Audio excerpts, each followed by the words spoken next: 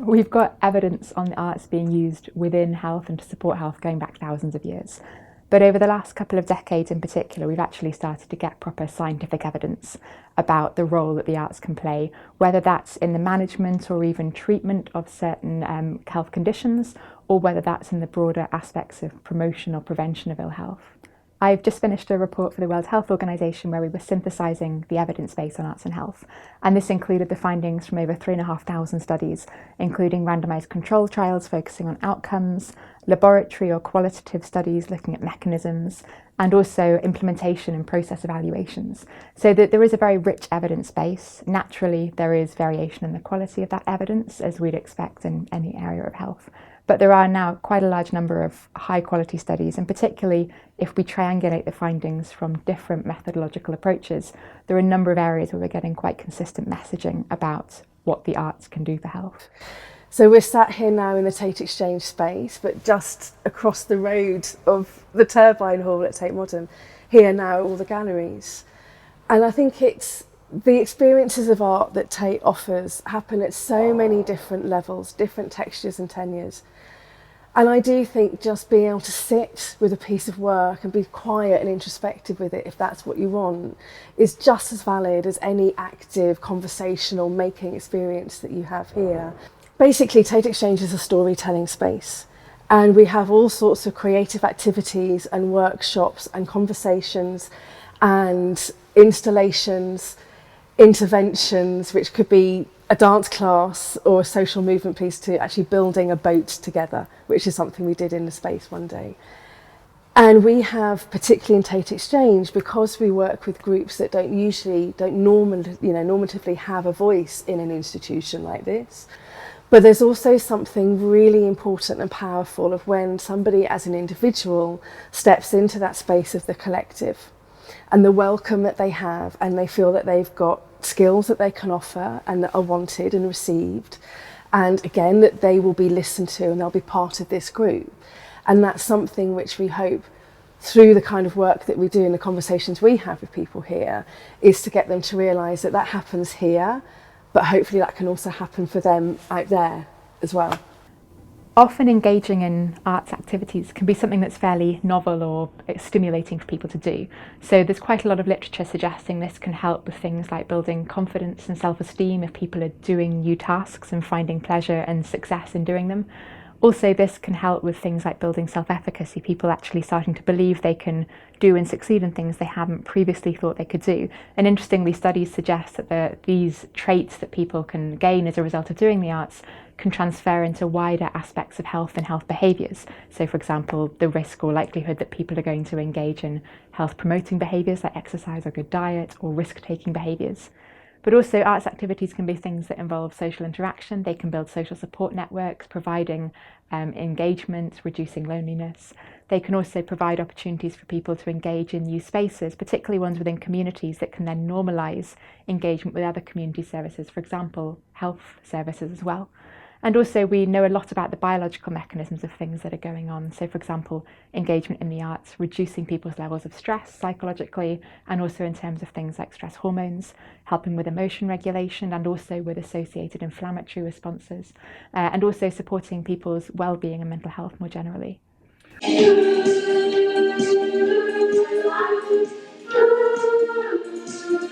So this is the Walthamstow Mixtape Choir, and the clues in the title. We try to sing songs that are kind of fun and evocative of that era. When we were all putting mixtapes together, we sing a lot of indie music.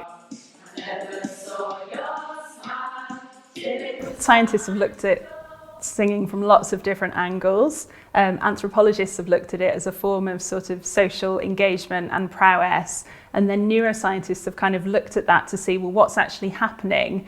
And some researchers have looked at what it actually does to the brain, and this is really, really interesting.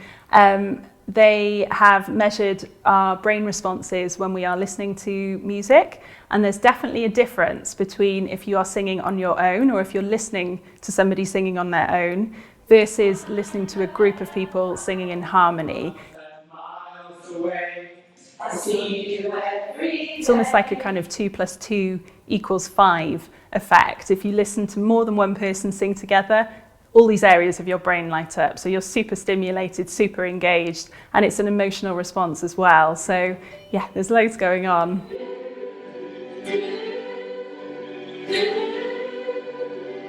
Don't underestimate the sort of transformative experience of learning a fun song with other people who are in the same position as you of not knowing a song, and then throughout that learning, having a laugh, getting things wrong, getting things right, and then having a chance to perform it. All of that can really help somebody feel good about themselves.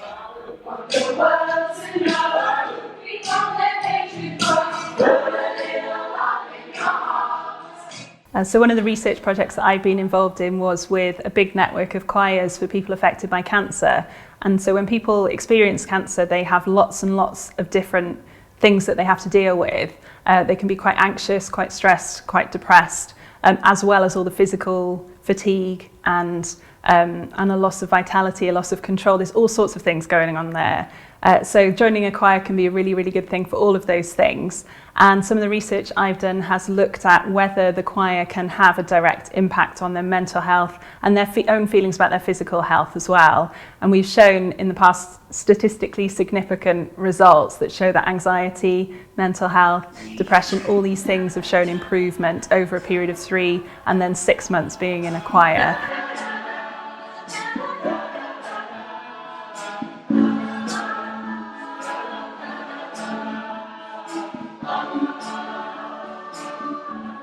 So there are lots of types of arts activities that can be fairly exchangeable, so similar types of activities could have similar types of benefits, but we've also got increasing use of arts very specifically to try and target particular problems people might be experiencing.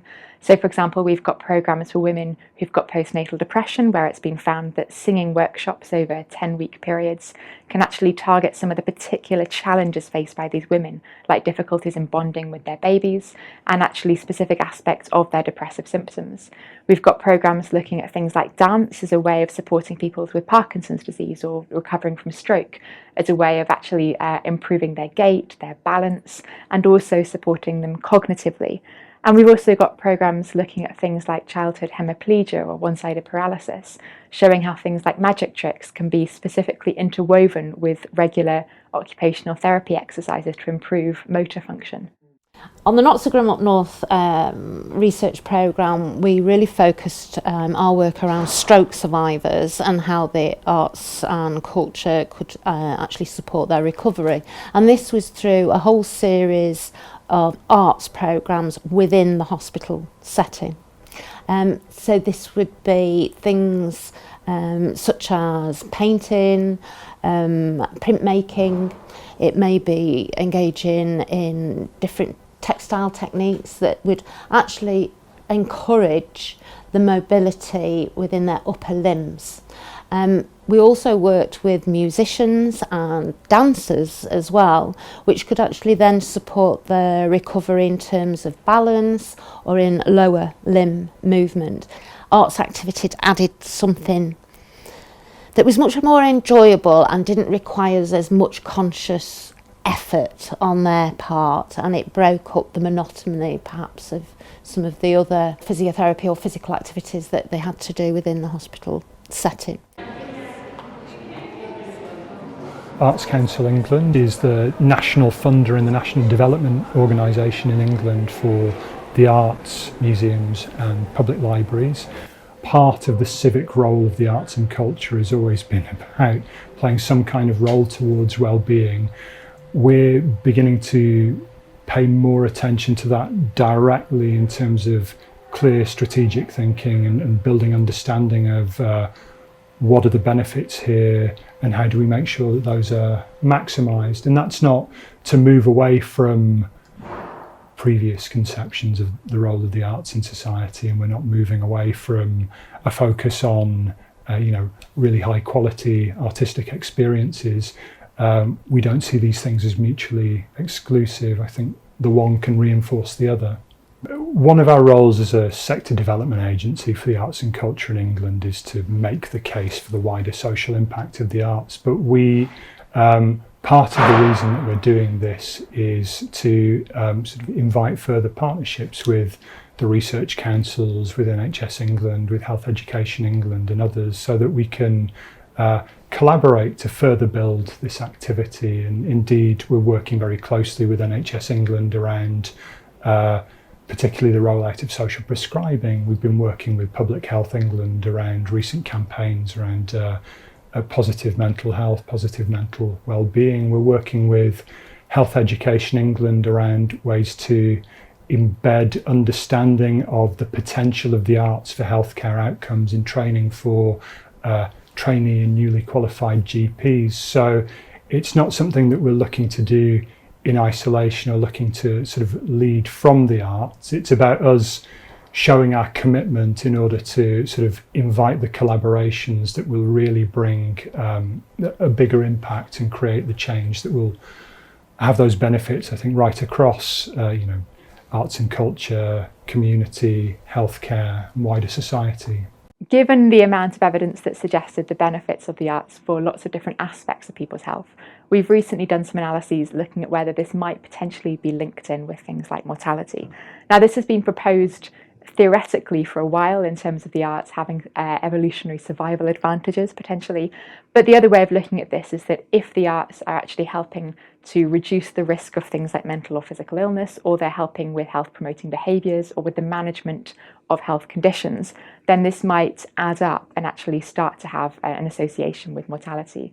And our analyses have shown that the more often people are engaging in the arts, the higher the likelihood that they'll be living longer. Now, of course, there is a very strong social gradient across certain types of arts participation. So a key question here is it actually about the arts, or are the arts just a proxy for things like higher levels of education or wealth, or aspects of social capital, for example? But interestingly, we're finding these associations independent of all of those factors, as well as a broad range of other demographic, socioeconomic, health and behavioural factors as well. 1, 1, 2, 1, 1, 2, 3, 2, 1. 1, 2, 3, 4, 3, 2, 1. 1, 2, 3, 4, 5, 4, 3, 2, 1. 1, 2, 3, 4, 5, 6, 5, 4, 3, 2, 1.